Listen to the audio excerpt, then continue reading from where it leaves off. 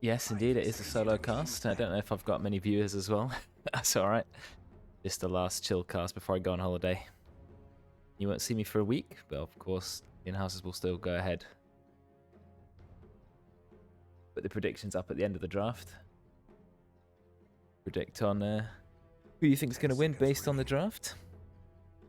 Don't think you want to predict just on the players. I know Kiwi is the highest rank here by quite some margin. I believe he's rank 2,500, or that's the last snapshot that was taken of him.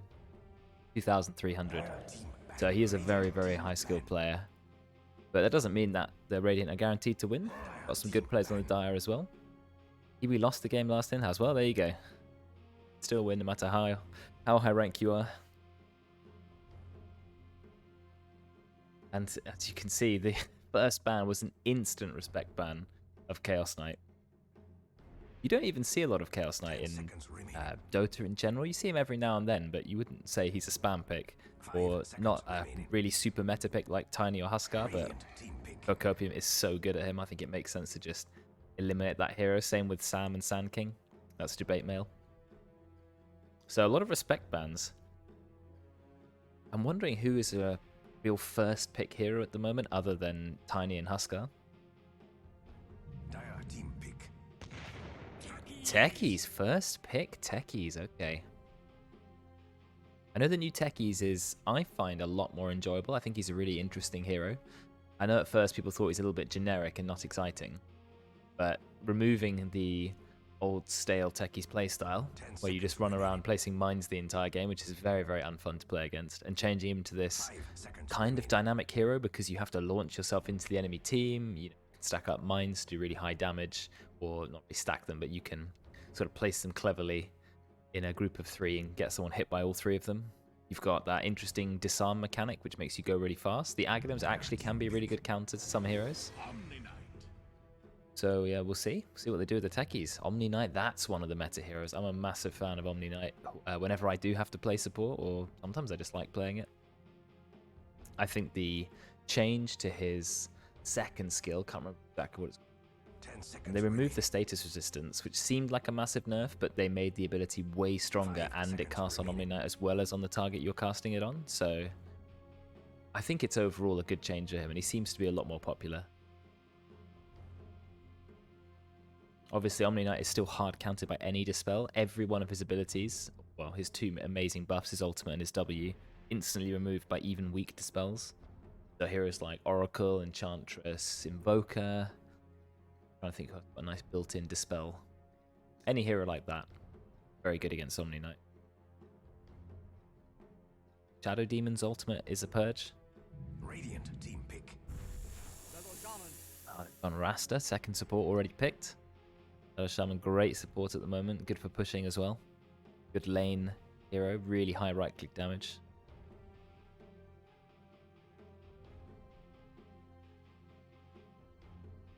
Still not sure where they're going to put the Techies. Is the Techies a mid-Techies? Is it a POS 4, POS 5? I don't know what you build on a mid-Techies. I know his Shard is really good. You can go E-Blade on Techies, do quite a lot of damage with that.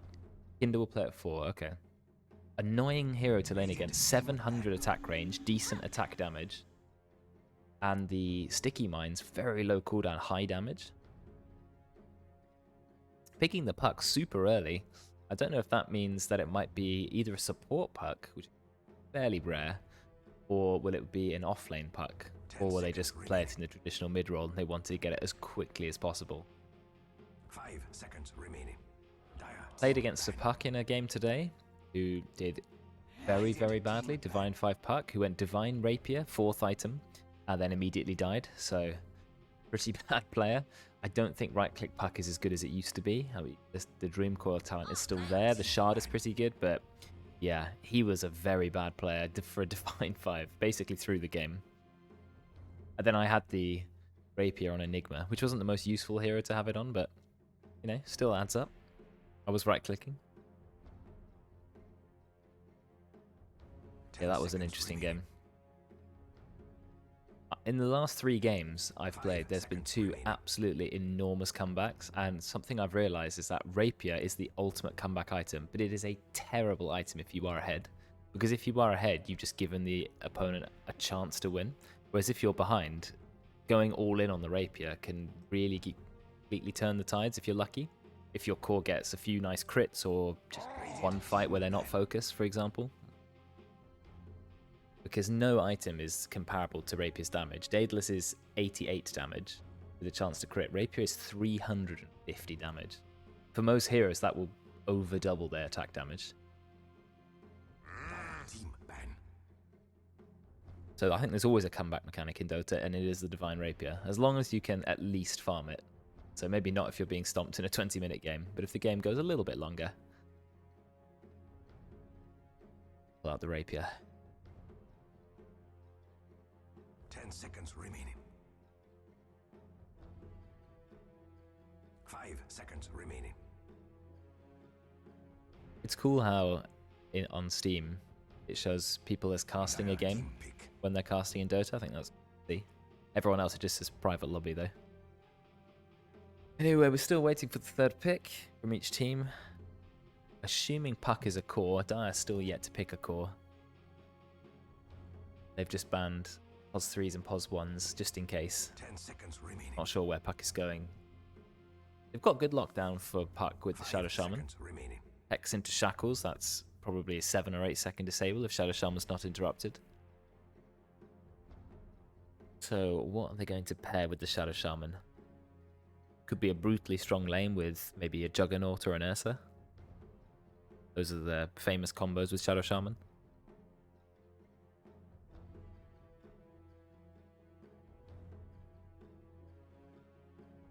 There's 50 seconds on the clock. Radiant team pick. Go for Ember Spirit. Now, who really likes Ember on the Dire team? Not sure.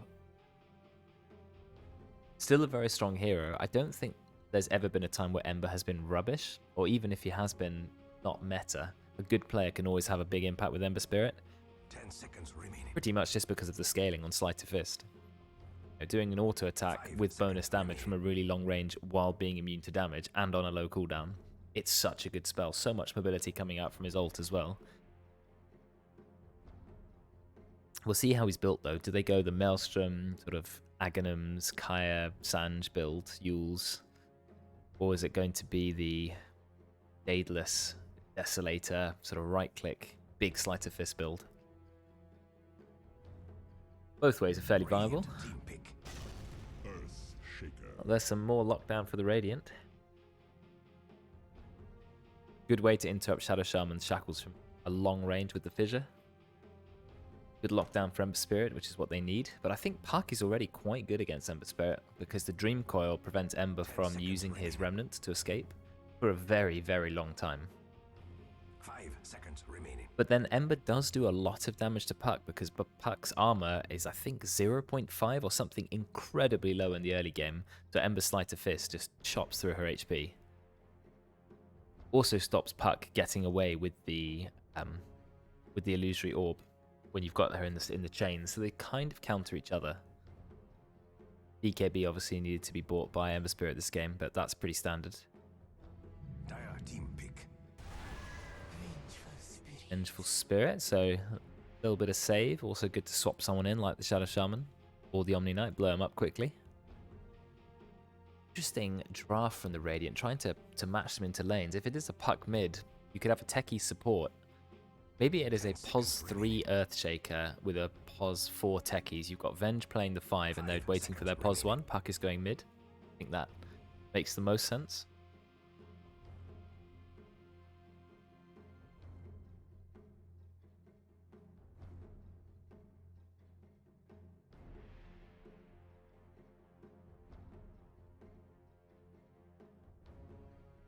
Are ticking down their reserve time.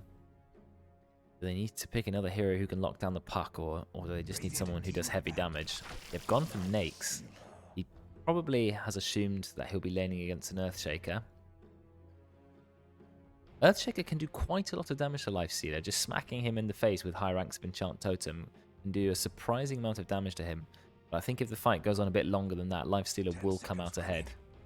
Of course, high HP, low armor targets are very good for Lifestealer.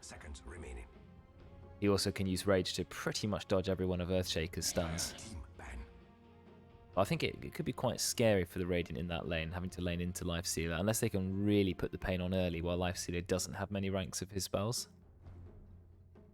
See what they can do. But Lifestealer going into Ember Spirit, that gives him a pretty good target for engage. Remnant in, Lifestealer comes out, get a quick kill on someone like Earthshaker or Venge or Techies. 5 seconds remaining. I'm assuming if you're in Rage, you don't get disarmed by the Techies stasis. Radiant team ban. The Techies will still get the move speed, so he can run away.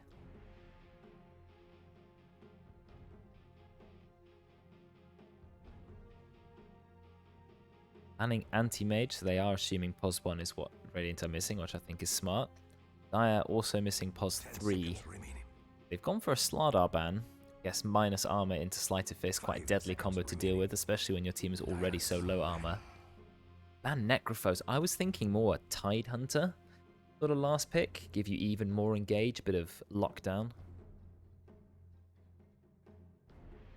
Other heroes include Magnus, pretty good with Ember and Lifestealer to give them the Empower. Got good lockdown on that hero. I don't think any other really popular offlaners. Primal Beast is obviously good, but he's not in Captain's mode. I don't think we'll see him for quite a while. They still haven't put Marcy into Captain's mode, which I think is a thing. He was released seemingly a very long time ago. And they gave her an axe, they gave her an Ag Shard, they're still not happy with her. I really like playing Marcy, and I think she could be an interesting POS 4 pick. So I hope she comes into Captain's mode soon. We'll shake up the meta when you have a new hero in Captain's mode. And Medusa, I think that's smart. Ember and Lifestealer will have a hard time breaking through Medusa's HP, and neither of them are Diffusal Blade carriers. So Radiant, just thinking about their POS 1, has to play into Lifestealer. 10 seconds remaining. Void is typically good against Lifestealer and Ember Spirit, not so good against Omni Knight, and they don't have a lot of damage to throw into the Chrono.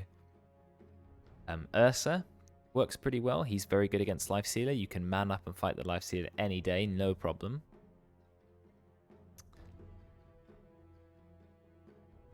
I can't think of a POS 1 who has a built-in Dispel for Omni Knight, but you can always go for a Nullifier. Maybe PA could be pretty good. Very good against Lifestealer. Can burst heroes like Shadow Shaman quickly. Can't do a lot against Omni Knight's ultimate, but as I said, can get the Nullifier later game.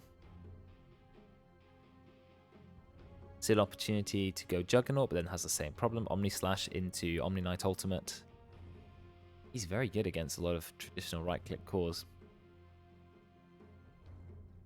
Maybe you could go Luna. You've got Puck Dream Coil, so Luna can channel the ultimate and run in. Not sure which one I would go for. Maybe I would still go for Void. Just get someone to pick up a Nullifier at some point. Dire team pick. Went Clinks. Interesting. Somewhat is a Clinks player. Clinks does a very high amount of damage. I suppose his high mobility from the invisibility, skeleton walk, that will allow him to escape Lifestealer. Has to be a little bit careful for Ember jumping on him. But then he does have Vengeful Spirit to protect him. Yeah, I quite like it. I think Clinks can work here. 5 seconds remaining.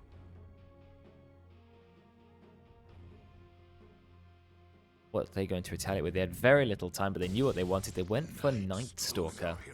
Now, I think that makes a lot of sense. Because you've got the Silence, the Crippling Fear. Stay on top of the Puck. Puck cannot phase shift. Can only use to buy time, or has to go for a BKB.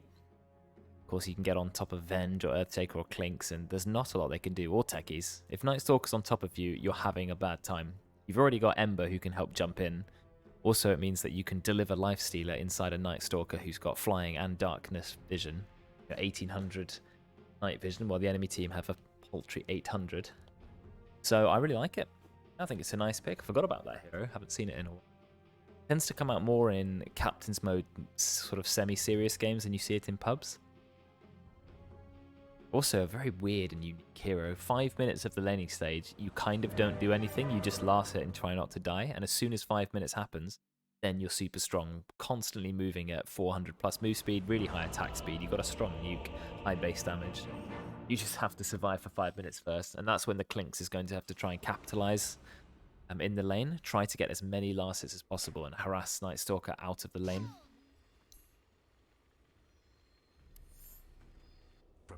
for battle. So I'll try and get predictions up, but we don't have that many people at the moment watching the channel. Only two viewers. Viewers tend to come in a little bit later sometimes. Take till the second game, so I think we will skip the predictions for the first game. Put them up for the second game. We've got a few more views.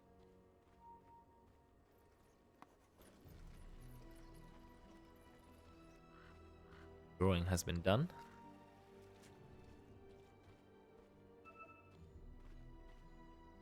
Well, Night Stalker has this advantage that he's got nighttime vision, and the game starts at nighttime, doesn't go day until 0-0, so it does give Night Stalker quite a big advantage. Look, Venge doesn't actually see the Night Stalker, but I don't know if he knows.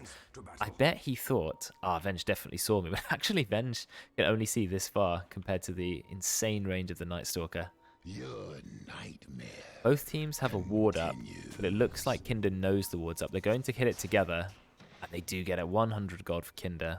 Very nice start. The greatest tragedy of our eon. Good coordination as well to make sure it wasn't denied. The battle begins for good. Yuji cut his own tree. Killed himself. All the bounties have been claimed. A fairly passive start. It's Kiwi. Kiwi's playing the Clinks. You have somewhat is on the Venge. I think Venge Clinks is a fairly deadly lane. Clinks already has plenty of attack range. Venge can either buff the damage with Vengeance Aura or take away the armor with Wave of Terror. Clinks' base damage is terrible. 47. I suppose you get 24 from Searing Arrows, so it does mean you need to commit 10 mana per right click. Maybe if you have a Clinks in your lane, you consider going a Ring of Bassi. There's the minus armor. A lot of damage going on to Kiwi. Look at them harassing him so greedily. But it looks like the Copium, the Shadow Shaman, nearly paid for that with his life. Clinks is a very squishy hero. 16 base strength. That is low. Even heroes like Shadow Shaman, 23. Venge, 19. That is how they balance these ranged cores, make them very squishy. And look at the right click from Night Stalker, 73 base damage.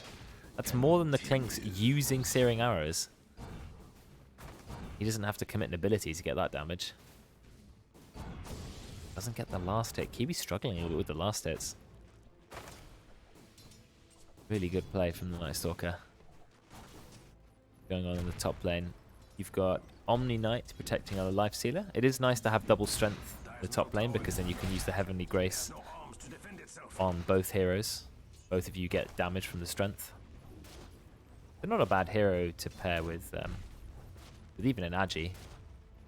Agi core, they do benefit from having a increased health pool. You just don't get the free right click damage. Kinder being chased out of the lane. Techies has 300 move speed. He is a very irritating hero. Nat versus trying to remember who everyone's name is because everyone has different names in the in Dota as they do in Discord. So equals that is Ted. Ted playing against Nat in the mid lane.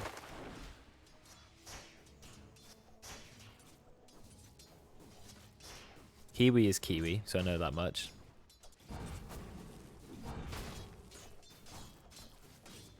Backwards hello, is that Pina?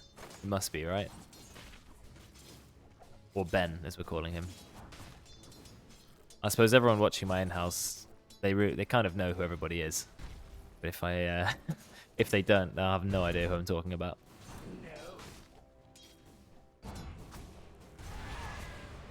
Trying to put some damage into the Night Stalker. They're going really aggressive. Opium eats a mango in order to get the shackles off. Yeah, Night Stalker's having a tough time. But that is how it is until we hit the 5-minute mark, and then it completely turns around. How is Jabatemel doing? Went the 1-1-1 build. Actually has 17 last hits, so not struggling against Juju at all. I would be worried now that Juju has Boots, Orb of Venom, and a couple of points in Ghoul Frenzy. The slow starts to become harder and harder to escape.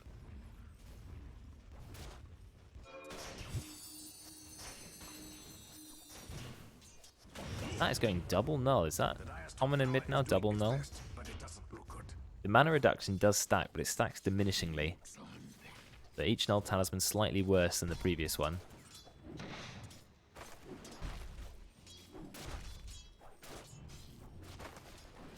I think Juju could go a little bit more aggressive on Debate Mail. There we go. Going in now. Takes one enchant totem to the face, but it's only rank 1. A little bit of damage count from Kinder. Good harassment on him. He's gaining 16 health regen and 22 strength. That is a lot of damage, 22 strength.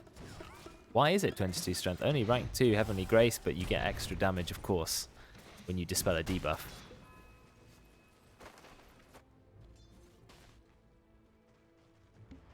Nighttime in 30 seconds. Double Bracer on the Night Stalker. So really capitalizing on those early stats. 2 health regen, 6 damage, 10 strength.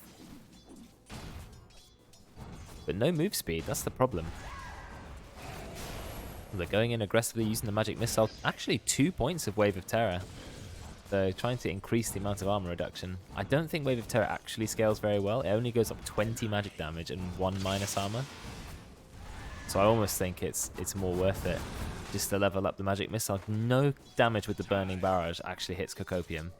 It is going to be fine. Salve's used, but now it is nighttime. Night Stalker gaining 22% move speed constantly. He's faster than Clinks with boots when he doesn't have boots. Now that he's picked up boots, 414 move speed, but Ember is coming in for a gank. Never refuse good. Oh no, he's been revealed by Somewhat. Somewhat, who was just using Wave of Terror for a last hit. He's trying to run, but I think he's going to be in a bit of trouble here. Somewhat trying to do a little bit of juking. Oh, very nice play. There's almost no mana for him to use Fire Remnant. Yeah, he can't use it. And then Somewhat runs back in and gets himself killed for some reason. He played so well, and then he accidentally walked back round in a circle. Ended up getting himself killed. I'm not sure what that was about. Went from a perfect play to a misplay. But anyway, Ember will pick up the first blood. That gets a little bit of time just to try and get some farm in mid, but then the glyph is used. Just slowing down his farm. Very intelligent glyph. Someone who knows what they're doing. Look at the last hits. Dire have a little bit of a lead. Kiwi actually least last hits in the game. So even though he's playing a ranged hero and he's the highest ranked player in this lobby, doesn't mean he has an easy time. Oh, and look at Ben, he's going on the Clinks. Quite a lot of damage going to Copium. He doesn't hit the Burning Barrage again. Trying to get the kill, and he's one more right click. There it is. He doesn't die. And actually, they will get the kill onto the Clinks, and now we're chasing down Somewhat. I can't see any way that Ben just going to live. Rank 1 stun is only 1.4 second duration. We've got the Void, and there it is. Double kill for the Night Stalker. And now this lane is really going to snowball out of control. That means rank 3 Void, 240 magic damage, 2 points in Hunter in the Night. Soon Night Stalker will be level 6, so it's going very well for the Dire so far this early game. Juju's managing to get some farm. He's not really forcing Jabate Mail out of the lane. Jabate Mail has gone for the 3-point Aftershock rather than opting for Enchant Totem. Oh, there's the Rage going after Jabate Mail, but he's a fast hero. They do get the slow, just managed to get the Heavenly Hammer. Ah, but that just about reaches with the Dream Coil, which is broken. Juju ends up killing himself. Omni Knight also going to break the Dream Coil. Bit of damage. Quite a tanky hero. Heavenly Grace giving him a lot of health, but Illusory Orb. Oh, it doesn't dodge it. Just clips him. Double kill for that. Nice TP in. Ember not able to get there in time. It raises the question now of how good Magic Wand is versus something like a Bracer, because I always used to think Magic Wand for most heroes is better than a Bracer, a Null Talisman, etc. But now it doubles in stats at 25 minutes, it ends up maybe not being better, unless you're a hero who really needs the wand. Who picked up the rune though? Neither of them, because the haste rune was in the bot lane, and that's taking a lot of damage here. He's going to jaunt away. Night Stalker has dropped his ultimate there, diving Kiwi. Kiwi does not have invisibility. Went for 3 points of Burning Barrage so that he can use it to farm. It looks like the Venge taking a lot of damage, but there is no mana for Void. Bit of a BM tip. Ember Spirit, however, does manage to find a kill on that in the mid lane. At the same time, for the Dire, getting 2 really important kills, the POS 1 and the POS 2 dying. Looking like a pretty tough game for the Dire. Everyone's last hits are nearly the same. Have a tough game for the Radiant. Everyone's last hits are nearly the same, apart from Klinks, who's really struggling. Jabemo gets a fantastic Echo Slam in the top lane, kills Juju straight away. Silence is still on the Omni Knight, who will die to the sticky bomb from Kinder. Beautiful play between the two of them. Kinder going in with the rank 2 blast off, 5-second silence. And Jabemo, of course, getting a big echo. That is what the Radiant needed. Get themselves a couple of nice kills and kill the enemy POS 1 as well. Now, the thing about Klinks, who maxes Burning Barrage, who went for very early Javelin, he is a very good hero for farming stacks. You pretty much just spam Burning Barrage on every single camp that you can. Cooldown goes down a lot when you level it up, so he can easily farm. And Nat managed to find a kill. Oh, Ben's going for a kill on Venge. Is Venge going to survive?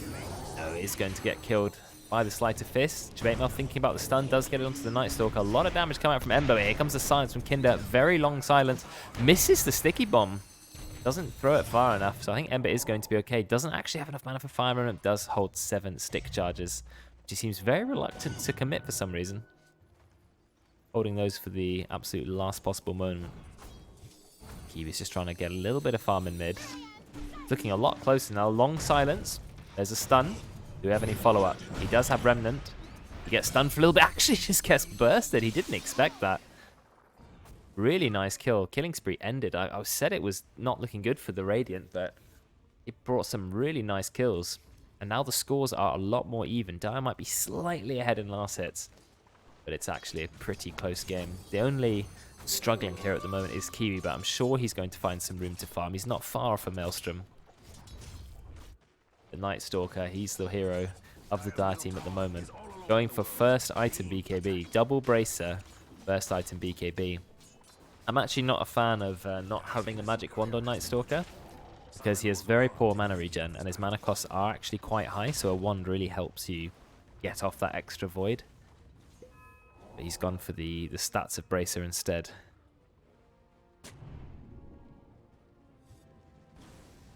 Have a look at levels. Level 9 is the highest at the moment. 2 heroes still waiting for 6, but not super consequential heroes. There's no sort of finger of death that we're waiting for. Shadow Shaman does have 6. Going for Roche, level, 11-minute Roche kill from Cocopium. He's hoping someone's going to help him out.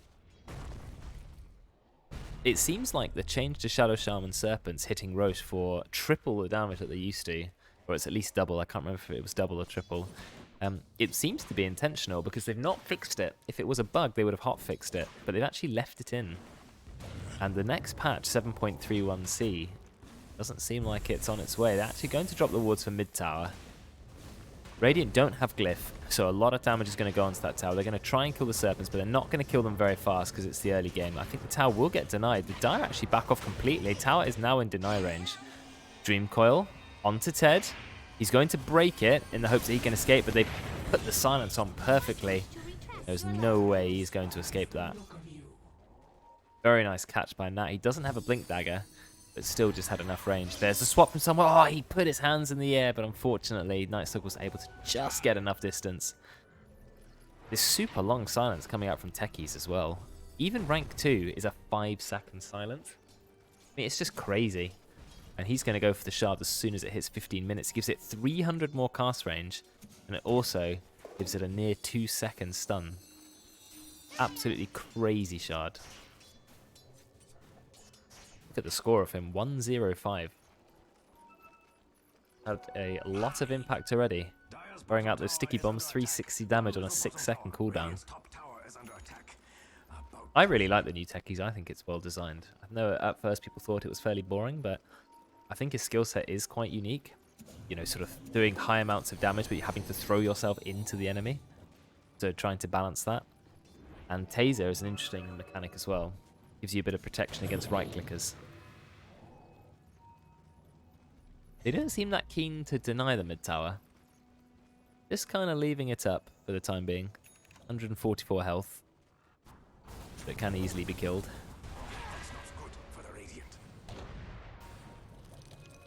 Copium tanking one of the remote mines.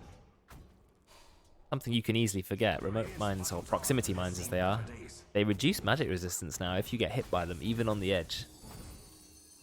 means any follow-up magic damage from your team, like from the Earthshaker or the Puck, is going to hit harder.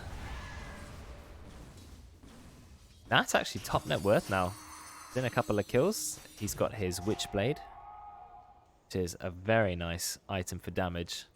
0.75% of your intelligence is damage every second for 4 seconds. That's 3 times your intelligence in damage. Which for Puck, who's already got sort of 90 int. 90 times 4 is nearly a Dagon's worth of damage. Oh, we drop the Dark Ascension somewhat. There's no way he's going to escape. There's silence on top of him. Easy kill. Some TP's in. You got a Blink Dagger from Sam. Bait mail. That's still yet to build his.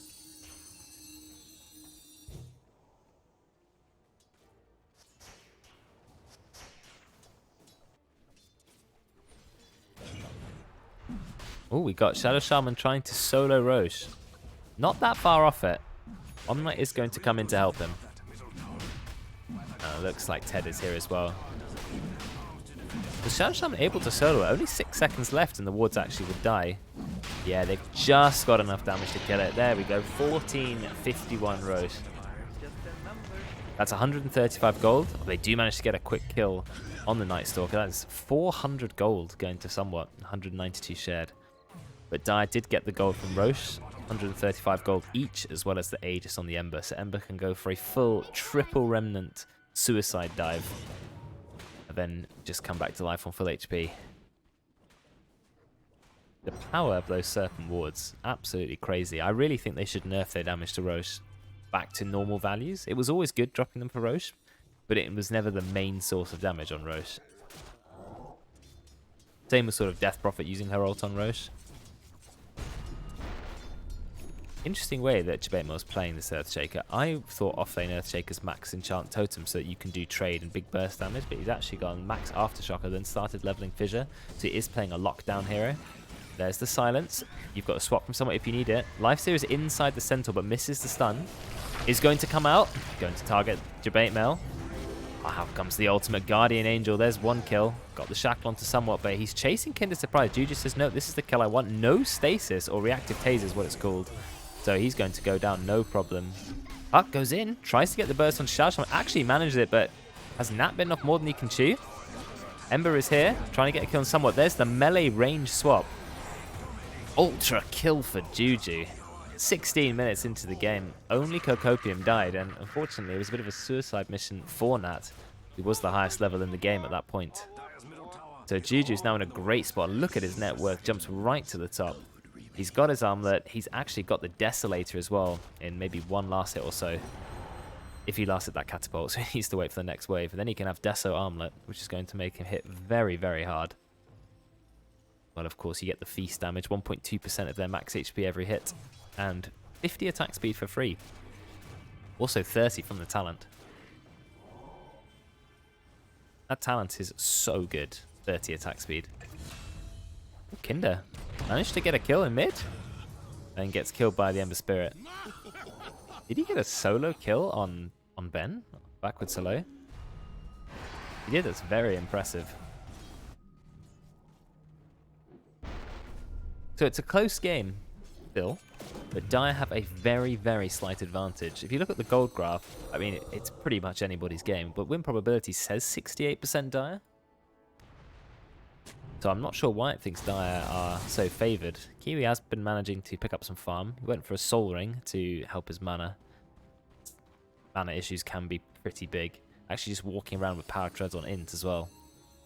Going to go for a stacked Ancient kill. Oh, Jabetmo, he tried to TP away, but if there's one thing you need to learn, you do not escape Night Stalker. You cannot run into the trees. He's got so much more vision than you. Does manage to get a stun off. Already has the shard as well. Unfortunately, is going to be killed.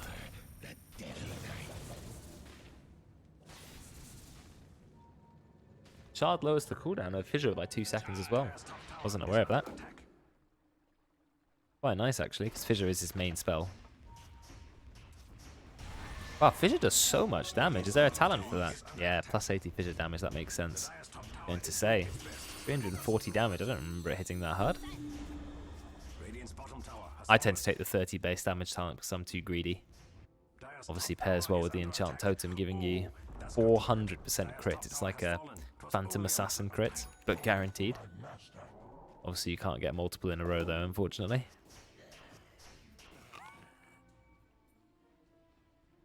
Still a pretty close game, because Radiant are managing to get a decent amount of farm as well. Kiwi's really been patiently running around, picking up whatever farm he can get. Not doing too badly now. Second in net worth. Still 1,000 behind the life stealer, but that's nothing major at this point in the game. Looks like it's a little bit of a ganking from the Dire into the Radiant triangle. Are they going to catch Nat? Nat's TPing away, not going to risk it. They still need to claim this tier 1 tower. Bit of pushing from Kiwi. And it's going to run at him. He actually drops the scam. He's not going to find him. You're not chasing a Clinks. Clinks is just as fast as you are. In fact, faster. The power of Skeleton Walk, which he actually maxed out before Searing Arrows, interestingly. 60% bonus move speed. So basically haste move speed permanently while he's invis.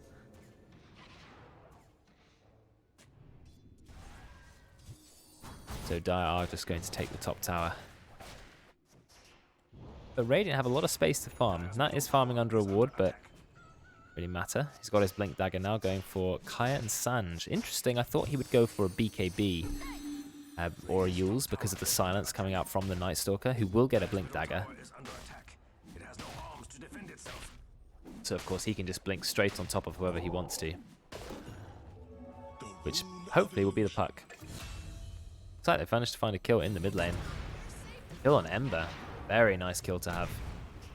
And the mid tower is going to go down. They just have a glyph to use. He really wants to deny. Not going to get it, unfortunately. Oh, Jabamo goes in. Big stun, but it's not enough. There comes out the silence from the Night Stalker. Nice. Swapping him away. Ultimate coming out from the Omni Knight. They're having to back off. They don't have the Ember. Oh no, he's in a bit of trouble. That's Miles. He's got the heal. Is going to go down. They know Cocopium is completely surrounded. Someone actually drops a ward, but Cocopium is in the trees. Now they see him. Vision coming out from the Wave of Terror. Massive kills from the Radiant. I think the Dire shouldn't have committed to a fight without the Ember Spirit alive, because he accounts for quite a lot of the damage with his Maelstrom. And Radiant, they're just backing off. The Radiant actually now in the lead with the gold. Kiwi is very close to being on top of this board. 3,000 gold he's holding. So far, just a Maelstrom, Dragonlance, and a few mini items. Oh, looks like Dire managed to get a kill onto somewhat. Only a support kill, though. But still counts. While Skadi is coming up on the Lifestealer, what is Kiwi going to think about? Will he just go straight away for the Daedalus to do massive Burning Barrel damage? Will he pick up a Skadi for more slow and to reduce the healing done from Omni Knight? Will he get a Nullifier or Orchid so he can get a kill on the Omni Knight? A lot of options here.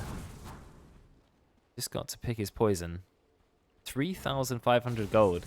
Courier is flying back with nothing on it, so he is going to go for Skadi. He wants the slow, the beefiness, and also the anti-healing. Burning Barrage does apply attack modifiers, so you will be applying the Skadi to every target, which makes it pretty strong. Easy way to slow everybody.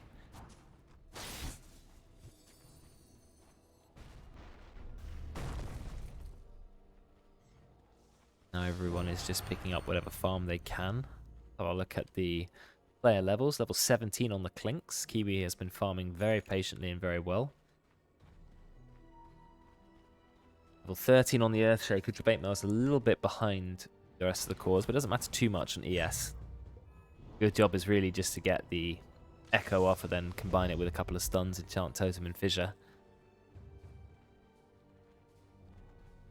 Smoke used from the Radiant. They don't get the techies in it. Looks like they might be able to find Night Stalker. They don't have vision there. They actually do have a ward.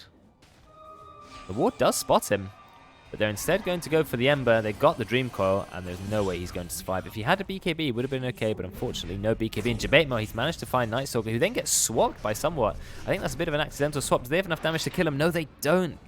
If he saved the swap, he actually would have cancelled the BKB TP out. I think there's a little bit of a miscommunication. Copium is running for his dear life. I don't think they'll catch any other Dire hero. They got a kill on Ted. That's the main thing. Killing the Ember Spirit. Roche is up, this time with a shard. It's only 23 minutes into the game. That was a quick Roche respawn time. Radiant, they can easily kill it with the power of Kiwi. He's close to his Skadi. He's got 3,000 HP. 95 damage being given by Death Pact rank 3. He went for the Death Pact health talent, I see. He wanted the bonus health more than he wanted to steal a creep ability. I always thought stealing a creep ability could be pretty good, but I suppose you only keep the ability for a short amount of time. It's not like Doom where you have the ability permanently. And you pick the one that you want and keep it all game. He sees Omni Knight, is actually going to run away from him. They're running into Juju. They've seen Juju. They don't get the stun off. The Juju just goes straight into Rage Kill somewhat instantly. And that worked out quite well for the Dire. Better than they thought. They just got a free kill there. They've got Cocopium, still rank 1. Only rank 1 Mass Serpent Wards, I mean. But if they can get a Roche kill, that's a free shard. Does anyone have a shard on the Dire? Only one hero, which is Cocopium himself. 2 on the Radiant. Lots of heroes could use that shard.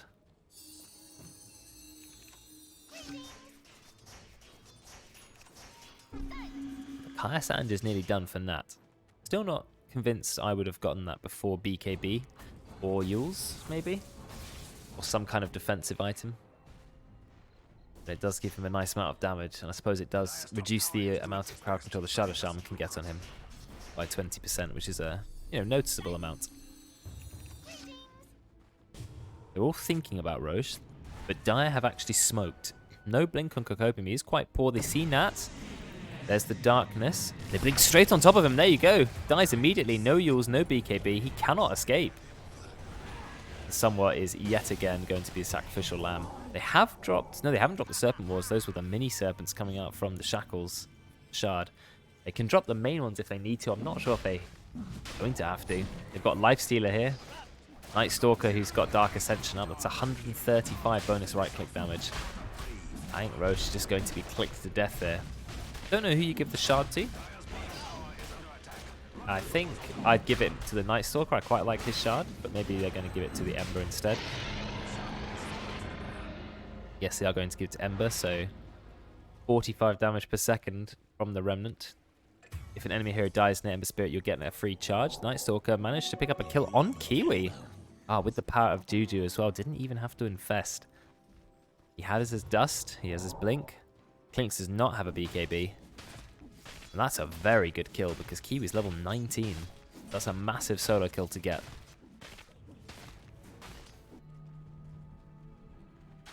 So it looks like Dire in the lead again, but it is so close on net worth. I don't know why the net worth is so close.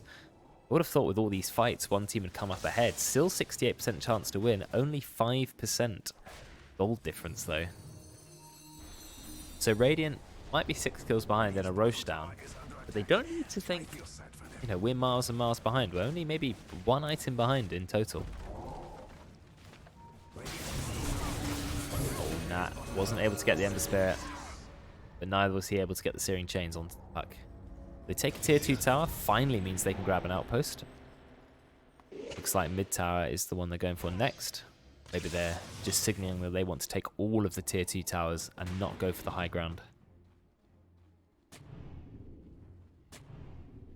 Flame Guard DPS, the talent of choice. I mean, to be fair, it nearly doubles the damage of Flame Guard.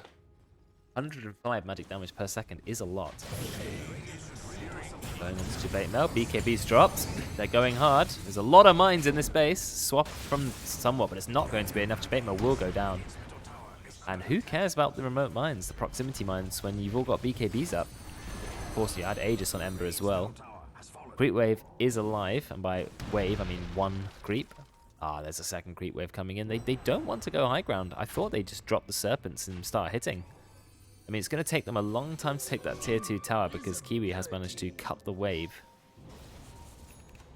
Looks like Radiant are actually moving out of their base. They use the smoke, they grab the leash, but only goes on to Omni Knight. Omni Knight is not an easy target to kill. He does drop his ultimate just in time, keeping him alive from Kiwi.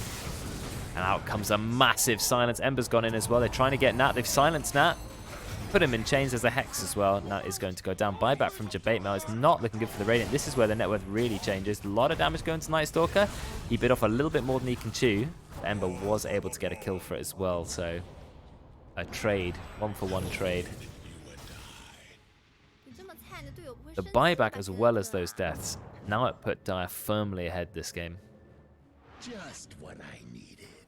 But they weren't able to take any objectives. Mid tower is still on 100% HP. They haven't touched the tier 2. They might be pushing up towards it though. See Juju, he's comfortably top of the net worth now on this Lifestealer. Has his Skadi and nearly a Satanic. Satanic, of course, Lifestealer. Very, very good item. Oh, looks like Kiwi though managed to find a kill onto Miles. Nice kill to have. Omni Knight is just turning out to be such a good hero. That ultimate of his, as well as the Heavenly Grace, just makes his team hard to kill. They're dropping wards. Dropped wards and immediately blinked away, which means pretty much just free wards. I suppose he did get the glyph. He did feed a lot of gold there. Didn't really do anything to the tower. But glyph is down for 5 minutes. Maybe that was the plan. Maybe get the glyph early, then let's go use the wards in mid. If that was the plan, then that is big brain. Ember is going for Aghanim's. Great, great item for him. 3,000 cast range on the Remnant. Also makes you go twice as fast and you gain more charges. If you whack every charge at once, you can do 1,500 magic damage. Looks like they're trying to go on to Ed, but he does have the BKB. Has the haste rune as well, so Jabatemel actually misses his echo. And looks like Jabatemel's going to take a lot of damage here. That is a nice kill, and that is a buyback as well, and that is escaping. The haste rune from Ember. He's used every single charge so far, though. The slow from the sticky bomb doesn't really matter. Nat, can he get chained? No. Because the silence does go onto Ted. Well, they managed to get a kill on Jabatemel, though. That was a buyback, so really nice kill there. And Aegis is about to expire in 30 seconds. That is going to heal him to full. Juju very, very nearly has his Satanic, which of course allows him to dispel things like Puck's silence by activating it. And that's the main reason why Satanic became so good for Lifestealer. Not because he was desperate for more lifesteal, but more than anything just because he needed a self-dispel, and you don't want to go Manta on Lifestealer, and not particularly BKB or Yules or Lotus Orb or any of those dispels. The Satanic makes the most sense. He's going to pick it up in a moment. Aegis has expired, but Aghanim's is nearly up for Ember. So Dire hitting their really important timings. There's Satanic. Very high item. High damage item. 45 damage plus 25 strength. So 70 damage on that item. Oh, Courier's going to go down. No, it doesn't. Actually lives. 270 health on it. And he had Death Pact as well, but he didn't eat a very big creep. If he ate a bigger creep, I think it would have done a fair bit more damage.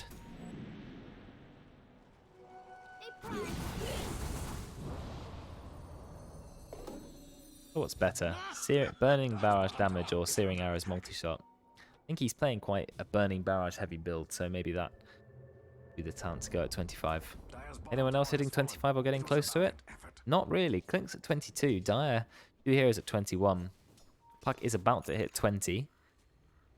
Plus 1 second Dream Coil stun duration. Well, that only helps if they actually break the stun, though you can get it up to a 4-second stun. Of course, Dream Coil Piercing Magic Immunity is no longer an Aghanim's. It's now a level 25 talent, so you can't pick it up early in a game. But it does mean you get it for free when you hit 25. So swings and roundabouts really with Puck, but they took away Puck's awesome talent, which was the massive Waning Rift. Shame they did that. Radiant have actually smoked out, but only on 2 heroes. Kiwi, of course, is an invis. I don't think he's taking down a lifesteal, no matter how hard he tries. Never mind. I spoke too soon because Jabatemel is here. Kinder as well. Oh no, he didn't kill him. Juju just drops a Satanic. And then out comes the Dire team immediately to the rescue. And it looks like that was an absolute disaster for the Radiant. They were not expecting it to turn quite as quickly as that. They were so close to bringing him down, but he just had time to get the Satanic Rage off, and then the healing was way too high. What a fight that was. See if we can just catch that on the replay. Hopefully my replay button is working. It should do. I might need to change the size of it. Yeah, I need to resize the replay window now. because I've actually I've changed my my stream size. Let's go back to normal because we're having a fight. They dropped the Serpent Wards, aren't able to get a kill onto somewhat. Looks like the rack's definitely going to go down, and Techies has put a lot of mines here, but they don't really do a lot of damage from a distance. Not quite like they used to. I can fix the replay, I just need to change the size of the image. Because I'm now streaming 1080p, whereas my replay is still set for 720, so it looks even. So I realised, why am I streaming 720p when my computer and internet can handle 720? Doesn't make sense. Well, first lane of Rack's gone down. It's now looking pretty convincing as a dire win. 93% win probability. Still a tier 2 tower for them to take. I think they should just take that because then they can go for the full sweep. AC coming up on the Night Stalker pretty soon. Any other interesting items? You've got BKBs and blinks we've seen. Omni Knight going for Solar Crest is interesting. But I quite like it. More attack speed for the Lifestealer also gives him move speed. And it gives him some armor, something Lifestealer doesn't have a lot of. Or you can use it as a slow and an armor reduction.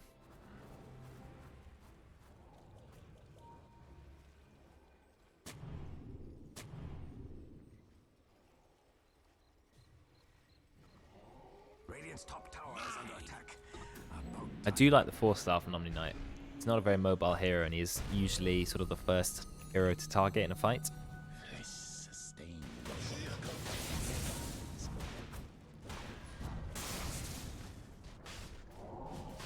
And Dire, they're going to claim this roast. It has Aghanims in it. That is nasty. Dire only have one hero with Aghanims. I don't know who you give the Aghanims to. It's quite nice on Night Stalker. Not really a lifestealer. Aghs, not very good on Shadow Shaman. I think his Aghs is one of the worst in the game. Shadow Shamans, actually. Yes, they have split shot and they have more attack range, but they don't really need that on the hero. Who did take the Aghanims? They gave it to Omni Knight. I think that's actually the best choice. It makes his ultimate last even longer. That's sort of the main thing, but also makes it global and 40% status resistance for 9 seconds. He's nearly level 18. Imagine 10 seconds with 40% status resistance, and it's global, and it affects every building. So you can use it to kind of stop split pushing as well. GG with 4,600 HP. They have 2 catapults and Aegis, yet they're still too scared to go in. Yes, because they don't have Ember there, and he's not got a TP. They are just going to drop raid. He can't get out, GG. Going to run into the corner. Can he get inside a creep? Yes, he does. I'm surprised he can just hit the tower a little bit more. Oh, here goes the Ember. Doesn't quite get the Gleam. He has managed to turn up. Whereas Kiwi's still not there. They just need to do one more Rage and they can take that tower. Rage lasts 5 seconds, so it's just... Oh, 6 seconds. So it's like a maximum use BKB. Or was in a BKB that's been used most amount of times. They drop the wards, so they're just going for the full push here. Oh, a lot of damage. They swap him in. Whoa, they blow him up massively. Instant kill him with the mines. Swap into the mines. Such good play from the Radiant. I was not expecting to kill such a tanky hero so quickly. Even the Guardian Angel was dropped, but it was a little bit too late. Nice 4-stuff. I think he's still in a lot of trouble, and he does manage to escape. Kiwi doesn't hit the Burning Barrage, but they've gone in. BKB dropped. Trying to get a kill on that, but not realizing that Kiwi is doing so much damage. He has to escape. Actually dies to Kiwi. This is a disaster for the Dire. There is Aegis on the Ember, and he is still holding the BKB, but Kiwi manages to get another kill. Oh, Dire, this is not the play. You have BKB, but you don't seem to want to use it. And not using the BKB, the absolute greed coming out from someone whose BKB is on the minimum duration. Shabatemel goes in, drops the Echo, which he still had. And they claim 4 fantastic kills. 4,000 gold swing, 9,000 experience.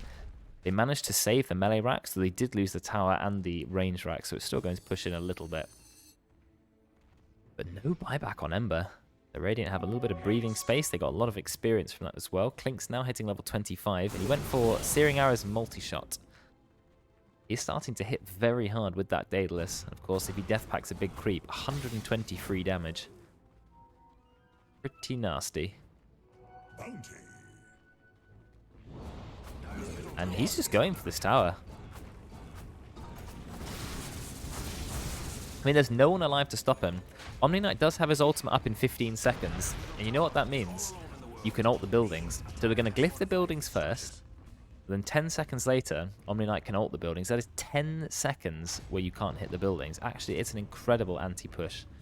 And it would buy enough time for Ember to come back to life. They don't get a lot because of that. Only get the glyph. Which doesn't really count for much.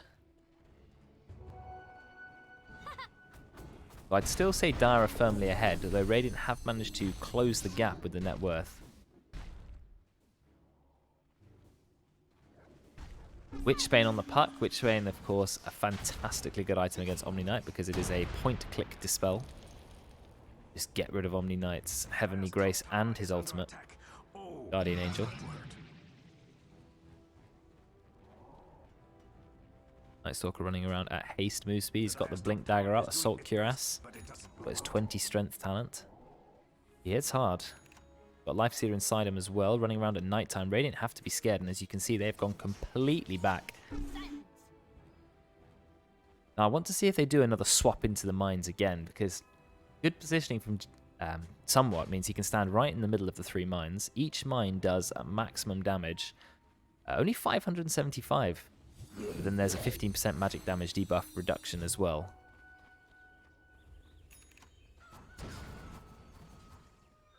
Has an E-Blade as well on the techies.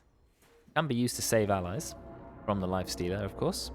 Stops Ember Spirit hitting you, but of course a good magic burst as well. Kiwi's found Kokopium, going for a quick kill. Kokopium, can he turn around and get the Hex? No, he doesn't. Just dies. He has Boots of Travel and a Blink Dagger. He's probably doing the Hashem strategy, which is to just sort of sneak into the base and try and drop the wards, but Kiwi's having none of it. He picks up 773 gold solo. He's holding a Sacred Relic while already owning a Daedalus. I think it's Nullifier time. Yeah, there it is, Nullifier. Now Guardian Angel is of no concern to Kiwi. Nor is the Heavenly Grace. That is an excellent item for him to pick up. Dire's advantage seems to have slipped away from them. They've taken 1.5 lanes of racks. But it doesn't really seem like they've been able to capitalize it off that much.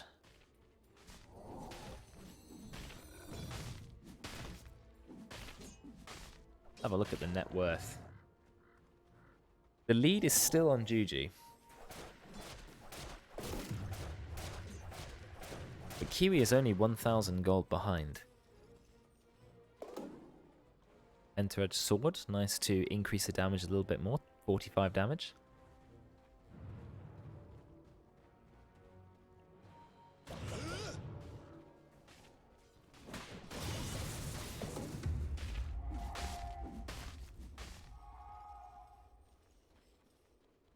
Good stats on the leveler, 40 attack speed, 5 armor, 25% building damage. Could give that to the Lifestealer, he benefits from attack speed quite a lot. Blink Dagger on the Lifestealer as well. I'm a big fan of Blink on Lifestealer because it means that you can engage on the target with your host, which is Ember Spirit, and then if the target manages to escape with a 4-staff or a swap or anything like that, you can just blink straight after them. Also, it means you're not dependent on someone else to engage. I mean, the alternative to that is getting a Basher and Abyssal Blade, that when you come out of your target, that...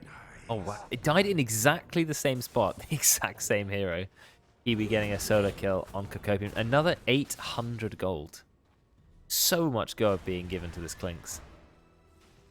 Starting to get a little bit scary. Yeah, Juju, he's not afraid of the 4 versus 5.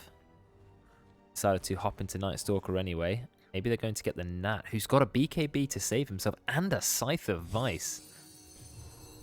I like the option to go Scyther. Nice to get a little bit more disable. You've got really high damage coming out from the Clinks. The Puck, who can bring some more lockdown. I'm a big fan of it. Nearly level 25 as well. Can go the Dream Core, Pierce's Magic Immunity. That is going to be so good against the Lifestealer. Then he can't even use Rage to run away. Aesthetics cap on Puck, so not going to be an easy kill by any means.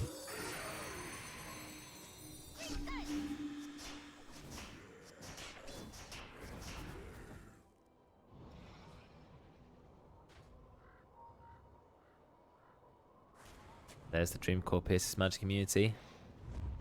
Game-changing talent, and Radiant are slowly closing the gap in the net worth. That win probability was 94% or something along those lines.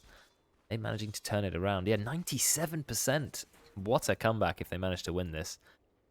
Kiwi, after having such a bad lane at the start, really about to turn it around. He's gone for the Hurricane Pike. Upgraded his Dragon Lance, giving him a bit more mobility. Jabate goes straight in, drops the ultimate, but out comes the Dispel. He dies so fast. I suppose you can't just burst the target when Omni Knight's right there. He just goes in with the Dispel. Looks like they found techies. Are they going to keep engaging on the techies? Kiwi immediately TPs out. And that is 2 kills for the Dire. So didn't quite go so well for the Radiant as they thought. He saw a lone Juju. Oh, did he? No, I didn't see that. I've not really been paying attention to any of the pings while casting. Nice. That's cool. I will ping Dave. Don't have to do 2 solo casts. Appreciate that a lot.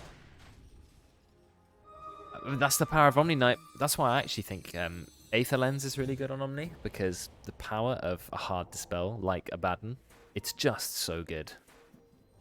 Keep Life Stealer from dying. After the hard dispel comes, he can drop the Satanic. Looks like they have used the Dream Coil on the Night Stalker, but he doesn't seem to be in any danger. Juju blinks out of him, but they won't get a kill. They use a smoke right under their noses. Got the chains onto Puck. Are they able to catch him? No, I don't think they're going to. Could go for top tower. They have the Shadow Shaman wards. Top racks, rather. There is no tower here.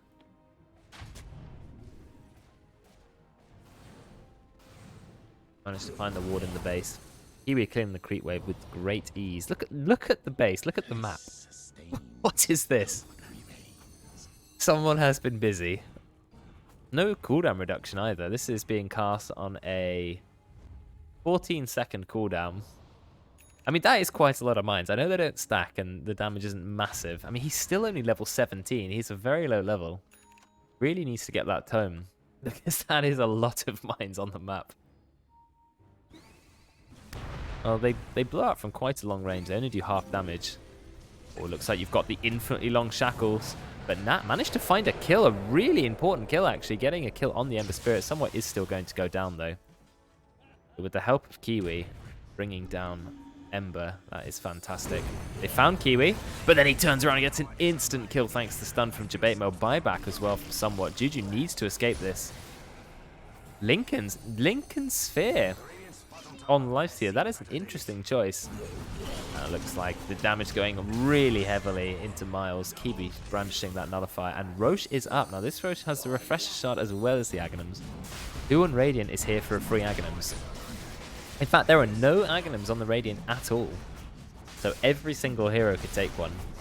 I personally don't think you give it to Kiwi because he's so rich he's going to get his Aghanims anyway. Not bad on Venge. Could give it to Puck or the Earthshaker. Looks like I didn't actually see who picked up the Aghanims. It's in the backpack of Puck. So Nat is holding it. Buyback coming out from Cocopium. Is Nat going to use the Aghanims, or is he saving it for a rainy day? He's holding the Refresher Shard at the moment. Refresher Shard is good. Double BKB in sight. Double Dream Coil as well. Where did the Aghanims go? Can you send the Axe back to base, or did someone else use it? Looks like he did give it to his brother Somewhat. I suppose it is pretty good even on a support Venge, because it means that you come back to life after you die as a strong illusion, but that illusion can still cast spells, which means that it can get off another Nether Swap, Wave of Terror, and Magic Missile, can keep providing Vengeance Aura to your team for damage. I think people forget just how powerful Vengeance Aura is. You don't really think about it a lot of the time. It's just one of those abilities which is there. But 32% base damage is a lot of base damage. Just nice free damage for your team.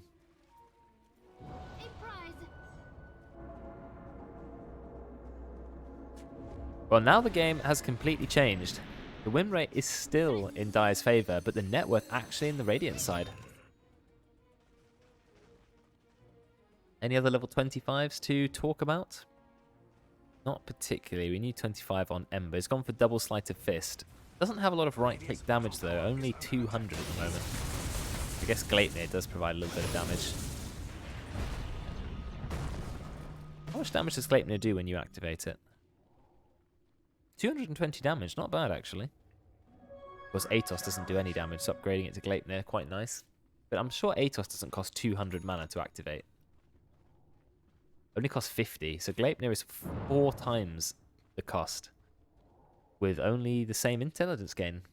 The Gleipnir can be quite expensive, though I think Ember's having no problem using it. It has gone for a Kaya, just a casual Kaya. Tower is under attack.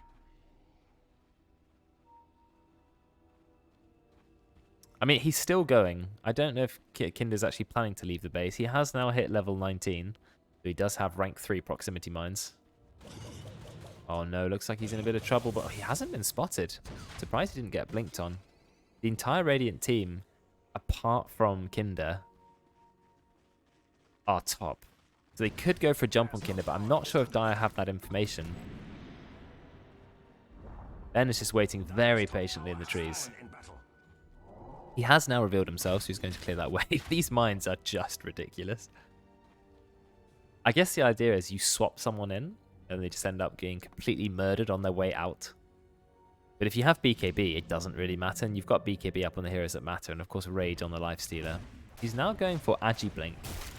I'm personally more of a fan of the overwhelming blink. Oh, they're going hard on the Lifestealer, but they're not going to kill him because Omni Knight is behind him. They've made this mistake once before, and they're just going to make it again. Jabatemel drops the BKB, but it doesn't matter. Nat is going to use his Refresher so he can double BKB, but the Dire, they are running out. Juju manages to find a kill. This is a massive kill onto Kiwi. It was Aegis, however, but I can't see him escaping. We've got so many wards here. Straight into the Silence. There's a Hex as well, and that is going to be able to escape. They've made the mistake once already. You can't jump on the Lifestealer. Not only does he have 3,700 HP, with Omni Knight behind him, with the Global Guardian Angel, but he got Heavenly Grace off as well, which gives him 38 strength plus more, depending on whatever he's dispelled. It's just not the target you should be going on. Got to think of a different target, I'm afraid. Radiant do have buyback. But that was really nice for the Dire. They're going to drop the buyback on Jabatemel. Radiant base got an infection, yeah. It looks awful, doesn't it? I hate the sight of that minimap. It's just like a rash. They're really reluctant to push high ground. Juju just needs to go in there, drop the Rage, and start hitting it. That's exactly what he's going to do. I mean, I guess they're scared because of the swap. Even though Somewhat is dead, he of course is venged with the Aghanim. Swaps in, but it doesn't really do a lot, immediately escaping with the Remnant. Still no buyback being used by Kiwi. Looks like Juju, he's just going to hit nice and carefully. They swap him, they 4-staff him, but he's absolutely fine. Just protected by the Omni Knight. You can never take down this Lifestealer while Miles is behind him. Miles is sort of the silent MVP here. Hex is used on the Ember Spirit, but again, there's the hard dispel. Lifestealer goes inside him. They've taken the melee racks. There's no... Well, 1 melee racks and 1 range racks. That's all that remains now. Kiwi is going to come back to life. 7,000 gold on the Ember Spirit. It looks like he's going for a Refresher. So he can drop all 5 remnants and get all 5 back again. I wonder if Refresher is ever worth buying on Broodmother. Because if you drop all 9 webs, you can get all your webs back. Looks like the fight is breaking out. This time it's Radiant's chance to engage. Omni Knight does get the ult off in time. Looks like Night Stalker's still going to go down. Does drop the cheese. Big damage coming out from the Clinks, but they're all rooted. It's time for the Dire to go in. Buyback coming out from Nat. Kinder does manage to find a kill onto Kokopian. They got a kill onto Ben as well. But Jabatemel. Oh, I guess the massive echo. That buyback was worth it. Buyback coming out from Ben, but it's a little bit too late. Really good play from Sam. Did have to buy back for that, but you can see that was easily worth it. They got the lockdown they needed on the Nakes. Brought them a lot of kills. Now it's time for Dire to throw some buybacks into the mix. Going to have to because Radiant are running down the mid lane. Big creep wave there, but it doesn't really matter. Proximity mines will probably take it out. Nat blinked in looking for a Hex. They're trying to go through backdoor protection. Backdoor protection has now ended because the creep wave is nearby. And looks like Kiwi, with the split shot, taking 2 racks at the same time, pretty much instantly going to take mid lane. Lots of buybacks happening. Time for the Radiant to run. They're actually losing their melee racks. I'm not sure. Look how many range creeps are here. What? There's like 15 here. How is that even possible? That's been stacking up for a long time. Level 25 on Avenge would be amazing this game. Yeah, Magic Immunity Piercing Missile would be really good. Especially with the Shard, which makes it bounce. It also prioritizes heroes to bounce, which is incredible. But no, unfortunately, he is a little bit low level. This game is now 54 minutes in, so it's another one of these long games.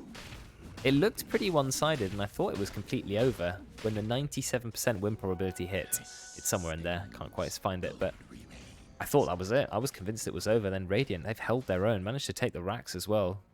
Broke a few buybacks from the Dire team. They're actually now 8,000 gold ahead. Mostly thanks to Kiwi, though, who, through his resilience, has managed to become the most farmed person in the game. Can pretty much pick up the Ag's Blessing. That Skeleton army is no joke. They do a lot of damage if left unchecked. Dire are smoking. There's every hero in smoke, apart from the Lifestealer who's inside the smoke target. They're going to find someone's not the kill they really want. They don't even get the kill on him. Someone actually manages to escape. He gets Gleipnir. They are going to jump straight on his head, but he has a Ghost Scepter. Means they spend a lot of time looking at him. He's actually burning to death from the Remnant. They do have to kill the Illusion. Illusion is down. I suppose even a kill on a support is worth it at this point. There's no buyback. It does still make it 4 versus 5. Takes Vengeance Aura out the fight. You don't have to worry about swap either. So definitely worth it. Juju thinking about Aghanims does lower the cooldown and gives you this weird sort of mini Omni Knight. Not Omni Knight, mini Omni Slash. Where you can go into an enemy and attack them. But you only attack them every 1.25 seconds. So it's not really a high damage ability.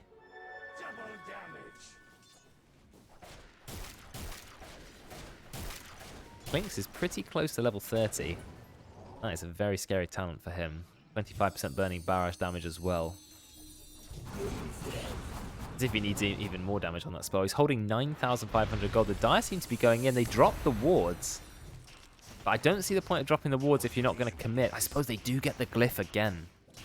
I don't know if they should have glyphed that. I mean, there's double catapults hitting it as well. That has Halberd and E-Blade. They're really doing everything he can to save against right-clickers. And now this Roche. This is nice. Again, it's the 5th Roche of the game. A lot of Roches being taken. That means 3 Aghanims, Aegis, Ag Shard. Sorry, Refresher Shard. Who do you give Aghanims to on the Dire team? Not sure. Lifestealer has the money to pretty much buy it for himself. I don't think you give the Ag's Blessing to the Ember, do you? You're giving it to Shadow Shaman, interestingly. To be honest, I would have given it to Night Stalker because AoE Void with Mini Stun is so disruptive. And just that makes your damage really high. But I suppose on Shadow Shaman it is giving his wards 225 attack range. Means you can place them quite far away. Out comes the Echo Slam with the ultimate coming out from Omni Knight. Is it going to be enough? Nearly get the kill on Night Stalker. Night Stalker is going to go down. They have committed the Nullifier. So it means Juju will be okay. Big burst onto Omni Knight. Kept alive with the Infest. Not the Infest, oh, it is Infest, my bad. Got the names wrong. Looks like they have enough crowd control to get Juju. The damage coming out from Klink's 1,200 crits. And is he able to escape? Yes, he has Blink Dagger and Enrage. But I think that might be game. Just straight up, one final fight. So much damage coming out from Kiwi. This late game Klink's absolutely brutal. Jabatemel just needs to put a bit of lockdown on the front. And that's it. Base is gone. It's 3 versus 5. There's no way they're going to win this. Lifestealer gets instantly stunned the second he blinks in. I don't think I've seen a quicker stun in my whole life. Almost looked like a script. He goes straight down. BKB dropped by the Ember Spirit. Tries to do what he can. Kiwi doesn't care. He's hitting the Ancient. And also killing Ember at the same time.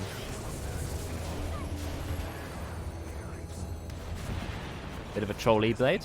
Are able to bring him down. And there is the win for Radiant. What a comeback.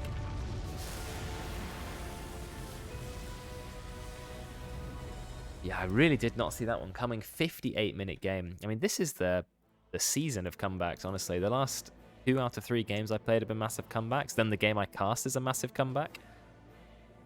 I mean, crazy game.